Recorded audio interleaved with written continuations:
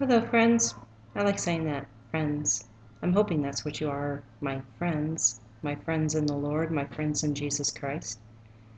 Anyways, I was cleaning today, and my house is normally, pretty clean. I mean, we don't destroy it very much, and I usually do a nice big clean once a week. So it's only been a week since I've cleaned.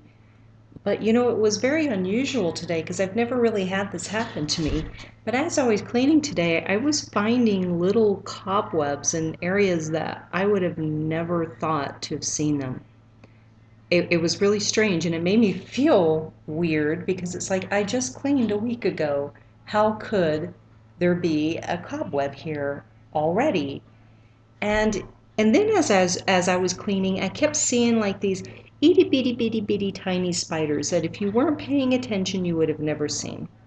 So I was, killing little spiders as I'm dusting and everything, and it was just really weird because I'm like, I'm really not a dirty person. I'm a clean person. I like my house clean. I don't like it dirty. You get one speck on the floor and I'm freaking out. I'm that kind of a person. So it made me feel really bad. Um, I felt like my house was really dirty, even though it wasn't really dirty. There was just these cobwebs in inconspicuous areas that you would have never thought to have seen a cobweb. So I got all the cobwebs cleaned out, and I started thinking, how many people have unattended areas in your life where there are cobwebs growing and you don't even know that there are cobwebs growing there, or maybe you do know but you hide them. You put a piece of furniture in front of them, or per se, to hide them from other people. But eventually a spider's going to come crawling out of that little area that you're trying to hide, and someone's going to find out about it. Someone's going to see it. A lot of times we try to take something in our life, maybe something we're struggling with, or maybe something about ourselves that we don't like, and we shove it somewhere. We put it under a rug, we put it in a corner, we hide it behind the couch. Whatever we do, we don't get rid of it, we just put it somewhere. But as time goes by and it's standing there, it creates cobwebs. And those cobwebs make you feel dirty. And that's what happens. So I wanted to share this scripture with you. It's Colossians 3. I'm going to start in verse 1. Since then you have been raised with Christ. Set your hearts on things above, where Christ is, seated at the right hand of God. Set your minds on things above and not on earthly things. For you died, and your life is now hidden with Christ in God. When Christ, who is our life, appears, then you also will appear with him in glory. Put to death, therefore, whatever belongs to your earthly nature: sexual immorality, impurity, lust, evil desires, and greed, which is idolatry. Because of these, the wrath of God is coming. You used to walk in these ways in the life you once lived, but now you must also rid yourself of all such things as these: anger, rage, malice, slander, and filthy language from your lips. Do not lie to each other, since you have taken off your old self with its practices, and have put on the new self, which is being renewed in knowledge in the image of its Creator. Here there is no Gentile or Jew, circumcised or uncircumcised, barbarian, Scythian, slave, or free, but Christ is all and is in all. So, with all of this in mind, basically what they're saying is, when you became a Christian and when you asked Jesus into your life, you got rid of the most obvious things, which are the earthly natures of our humanity, our sexual immorality, doing things that we know are not correct, our impurity, doing things that are very impure, our lust, even if it's for our spouse, it's still lust. Unnatural lust. Evil desires and greed, being greedy about all kinds of things, our money and the things that we have. These are all obvious things that we that we get rid of, not because we have to, but because we want to. But there are other things inside of us that we don't think about because a lot of them they're our feelings. So we don't think that maybe they are wrong. And I looked some of these up because I was just kind of curious. I think I know what they mean, but I just wanted to kind of look at them, and I found some interesting things. For instance, anger is the first one. Now, we all know what anger is, or do we? Anger is a strong feeling of displeasure and belligerence aroused by a wrong. So when we feel wronged by somebody, or when someone doesn't believe what we believe, or goes against what we say, we get angry. Now there's just anger, which is anger against sin, and that is justified. But sometimes someone will say something to us and we get angry.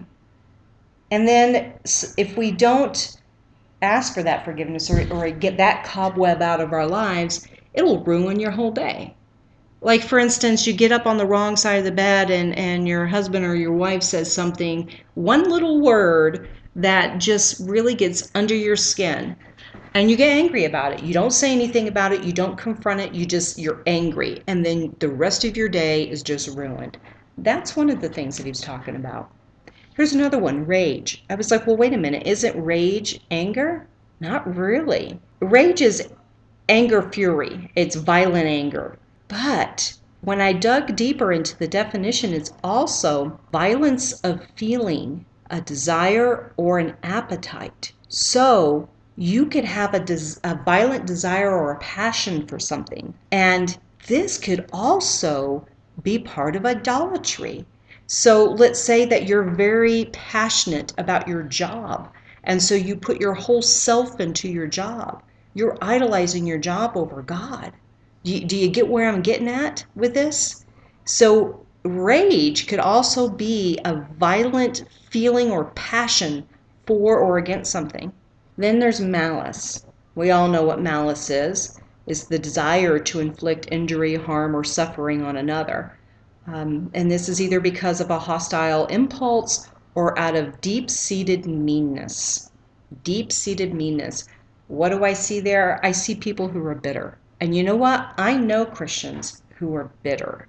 They just have a total bitterness, something unresolved in their past. It destroys them. It is the big cobweb in the center of the room. You think you're hiding it, but everyone can see it, but no one speaks of it. We all just kind of sit around and look at this little spider web wondering, am I going to get it on me? Is the spider going to jump on me?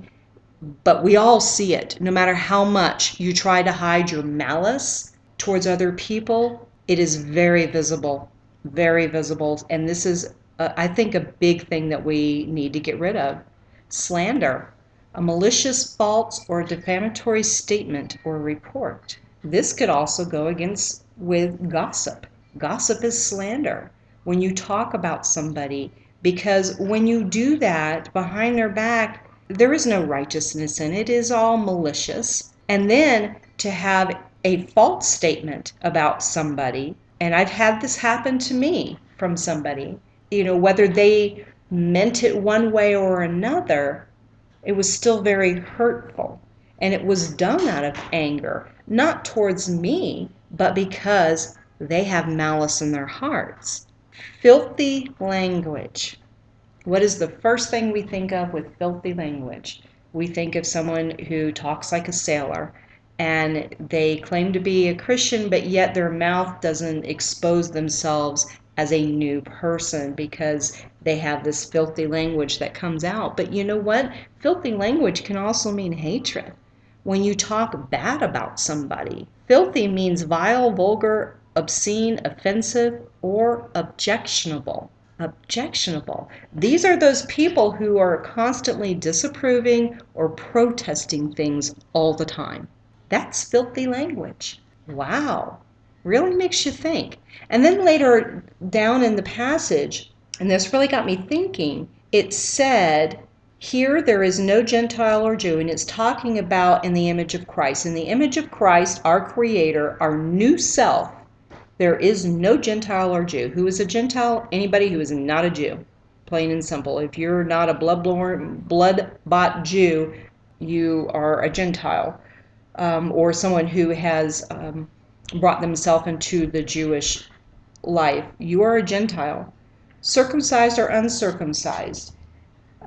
We all kind of know what that is, but also circumcised or uncircumcised heart. That's another thing too. Barbarian, Scythian, slave or free.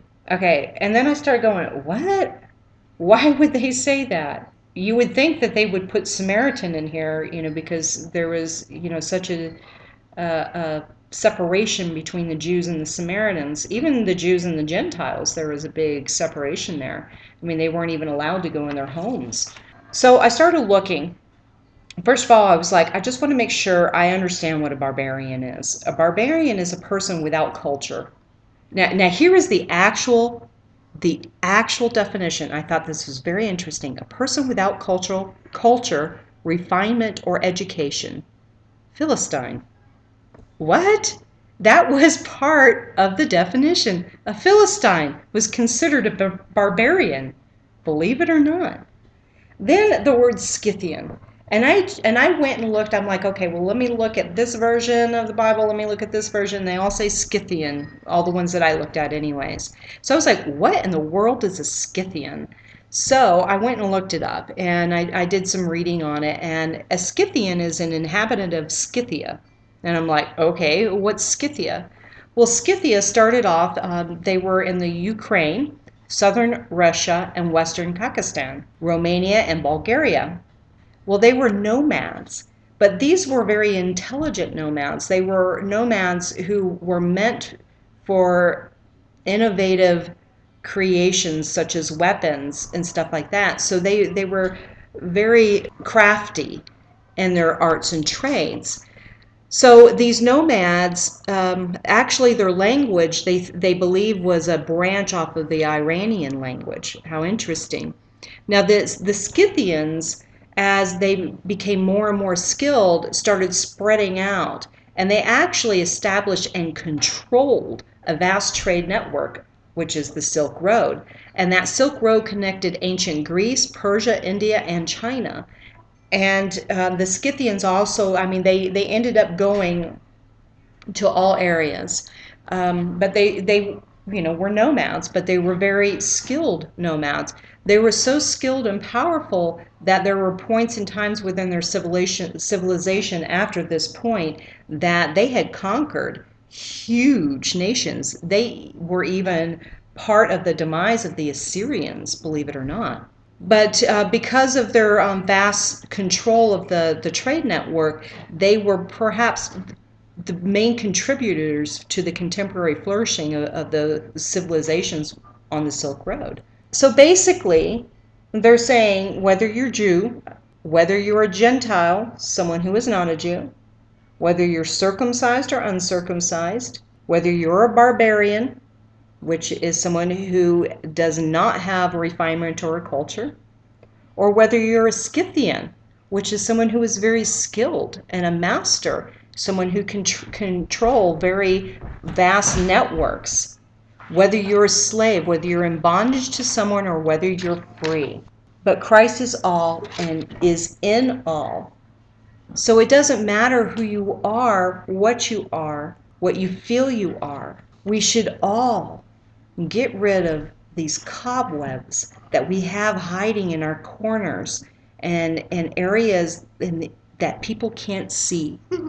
You need to really pray to Christ, pray to God, and ask for Him to show you, where are the cobwebs of my life?